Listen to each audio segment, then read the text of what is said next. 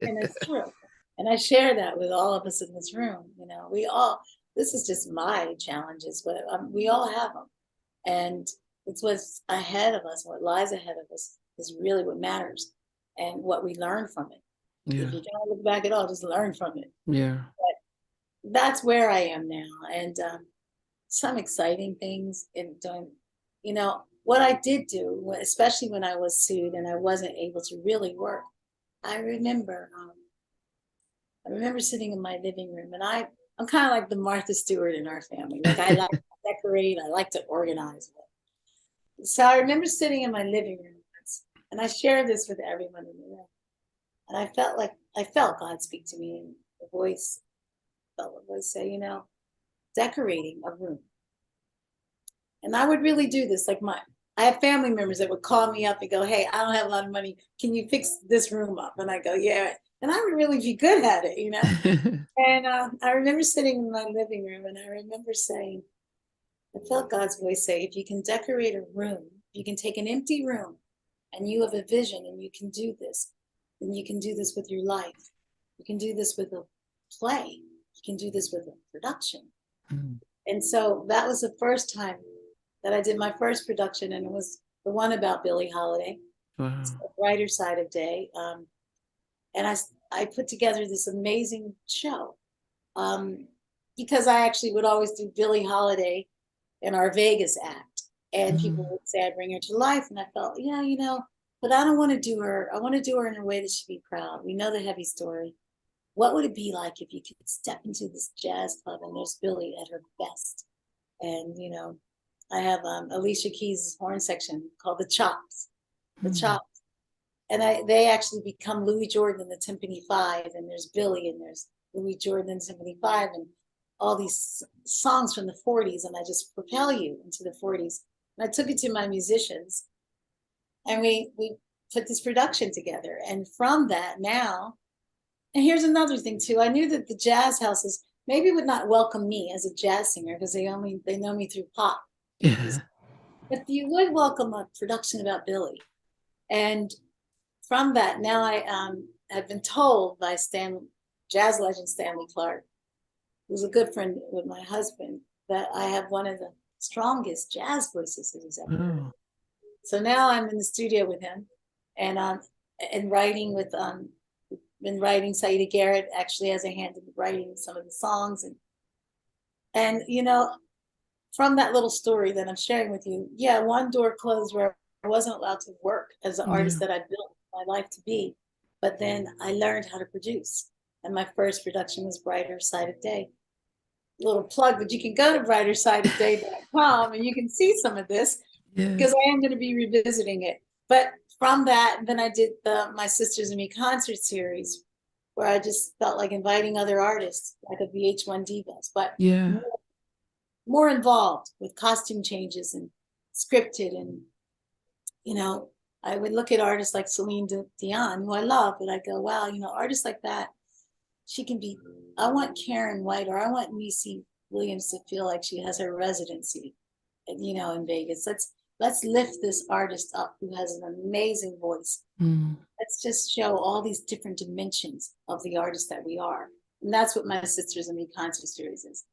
Wow. And then from that, I said, you know, when I got the rights to use my own brand again, I said, well, why don't I do a concert for festivals that shows this whole new audience?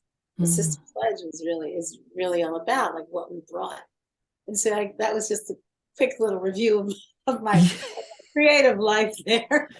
But you know, I can laugh about it. I can smile about it. Yeah, was the suing hurtful? Yes. Mm. And knowing that you're a therapist really helps. No. Yeah.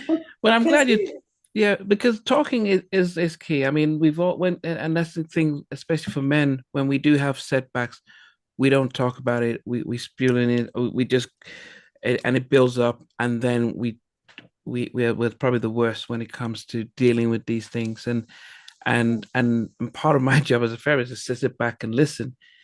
And when you talk, it's like, okay, it's a problem shared. It's no longer just myself, and it's no longer because what happens is in our mind, our mind will start to take it to the nth degree. We'll go all over the place, and Internalizing. yeah, and it needs to come out.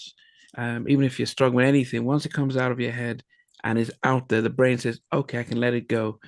Um, and as I said, it can go from left to right, and you can start thinking, was it my fault? What did I do when I was a kid?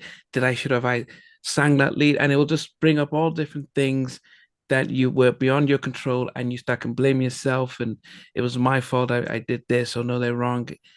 And that's where, by talking about it and sharing it, it comes out, and it just, you can let go, and in some cases let God. Yeah, all cases, let go and let Yeah, God. It's funny, yeah, but you're so right. And it's, you end up internalizing this, yeah. I remember when we did lose our mother, and again, this is all in my memoirs. We lost our mother. She was at a church play, and she had a massive aneurysm, Wow. and so I hear, she was in Phoenix, Arizona. She lived in Phoenix, Arizona. She went to this play by herself in the church, but she was trying to make her way to the bathroom. She collapsed, and we, I was, when Joni called me, I could just hear. All I remember is I couldn't hold the phone in my hand.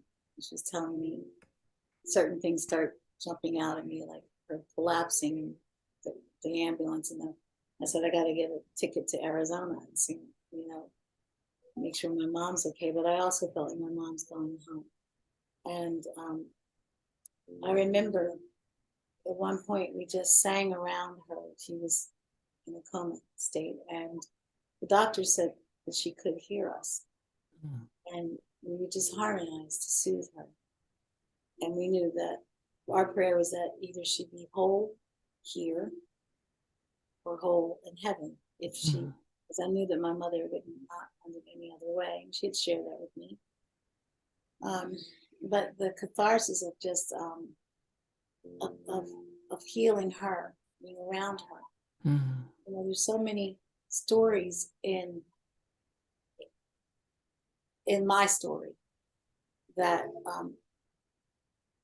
that pull on your heartstrings.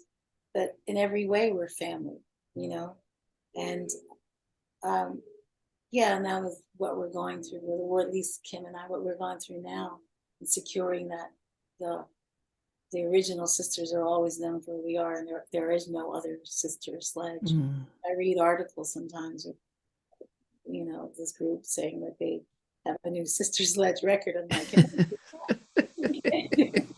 no, and I feel this way too. We have things pending that eventually our websites will be honoring all the original sisters and the real ones. But just to share that, I know my stories they're my stories, and people watching, we all have our stories, Yeah. and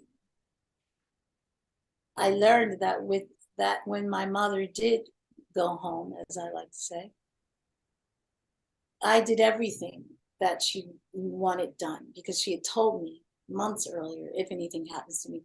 And all my aunts and uncles, sisters, everybody thought I was in shock. They thought, I don't think Kathy really realizes what's going on. Mm. I'm a lot like my mom. People would tell you that she was a Capricorn too. But I said to myself, what would my mom do if this were me? She'd just take care of everything. And so I was taking care of everything the way I feel like my mother would have. But then when it was all over, I got this huge knot in my stomach. And I went to the doctor, and the doctor said, I'm going to give you a prescription. I was like, wait, before you do that, I want to go to this wellness center that I always go to, where you can actually just have the right foods that you eat, and colonics and all of that to Mm. just, and I did go to this place before I wanted medicine. I went to a holistic place. And the colon therapist, we're all family here, but honestly, the colon therapist had said that our colon, this is why it hurts sometimes, is Mm. right next to our heart. So Mm. when we internalize, and what's leading me to share all this is when you said earlier, when we hold it in, when we Yeah. hold it in, that's how we get sick. stress. And I had found out I was internalizing everything. I was well aware that my mom had gone home. But that is where I released, and I cried like a baby. I mean, it was a floodgate of tears because I was holding them in. Yeah. And it's so true when we do this. Again, like on a different scale, some of the things that I have gone through. And again, not a victim thing here, because I don't like the violent victim story. Even though the music got the background. Yeah, it's things that we go through. In my case, what I went through, I feel like it is helpful. It is helpful. And what I am learning is exactly what you said. I get so many people, they go, oh my gosh, yeah, I don't get along with my uncle, or I haven't spoken to my mom in ages, or blah, blah, blah. And I realize, you know what? It doesn't mean you don't love them. It doesn't mean that. It means that the dynamics sometimes are dynamics. And, it's, for lack of better words, it's okay. It's okay. Sometimes you have to love from a distance, or in some cases, it's hard to do family business. It's easier just to be sisters or brothers or whoever. Yeah. And so that's my story, and that's what I share. And I feel like it has become a platform in a healthy way. Yeah. Hey guys, thanks for watching. Thanks for being part of the Halftime Chat community. Please remember to like, share, and subscribe. But most importantly, why don't you consider being a member? That's a way of supporting the channel, but also getting a lot of videos ahead of time, a lot of behind the scenes stuff, and some exclusive content that doesn't get shared. But anyway, thanks for watching, and thanks for being part of Halftime Chat.